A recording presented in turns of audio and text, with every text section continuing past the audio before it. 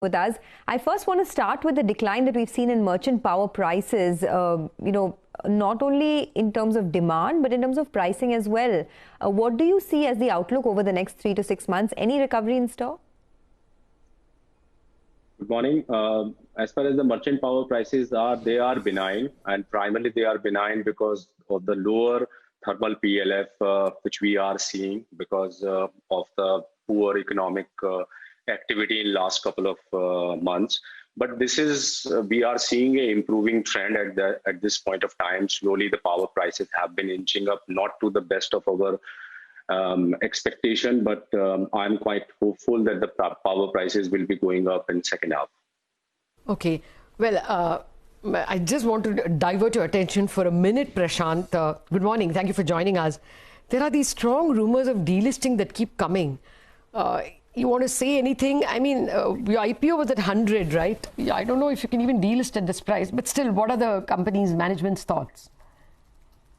So we would not like to comment on market speculation because, as and when the market, goes down or anything such, such kind of a pandemic or such kind of a black swan event happen and the stock price is corrected.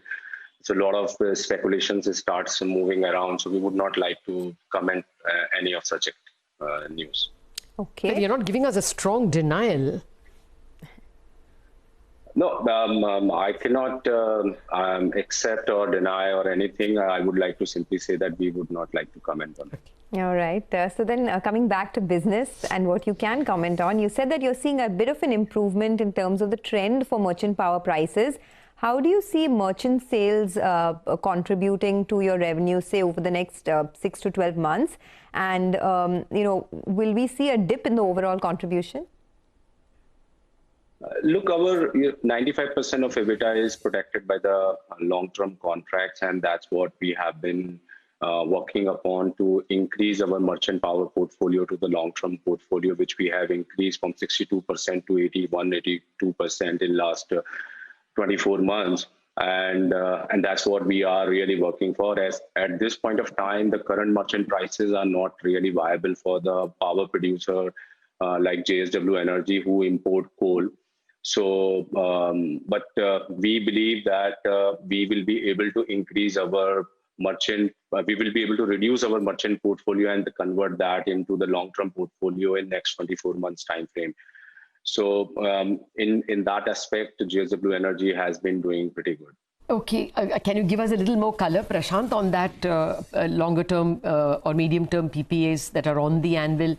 How many, which states, any detail?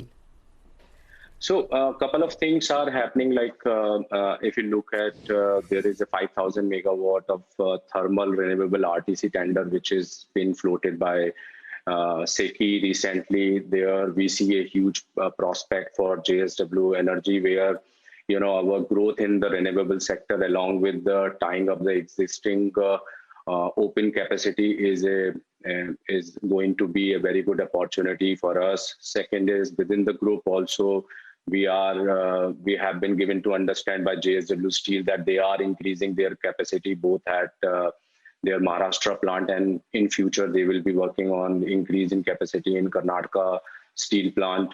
So there the power requirement will be going up. So we are quite hopeful that with these 2-3 opportunities, we will be able to tie up the open capacity in next 24-month time frame. Okay. So, the company generates about 2,500 crores of free cash flow every year. Can you tell us, for the benefit of the shareholders, how do you plan to deploy this money?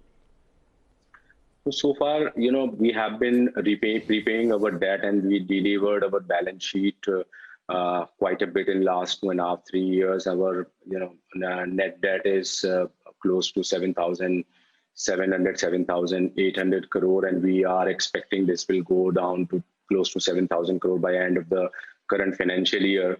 And as we are having plans to grow in the renewable space, recently we had made a bid of 810 megawatt for SECI 9 wind tender, which once we are declared as a successful bidder, we are expecting that to complete in next 24 months time frame. And there are further growth opportunities we are seeing in the renewable space. So our plan is that we will be increasing our capacity from current 4.6 gigawatt to 10 gigawatt in next 3 to 5 years time frame, and therefore you will be requiring close to 5,000-6,000 crore rupees of equity in next 3 to 5 years time frame that will be coming from this free cash flow, and balance will be used to prepay either the debt or to distribute among the shareholders. Wow.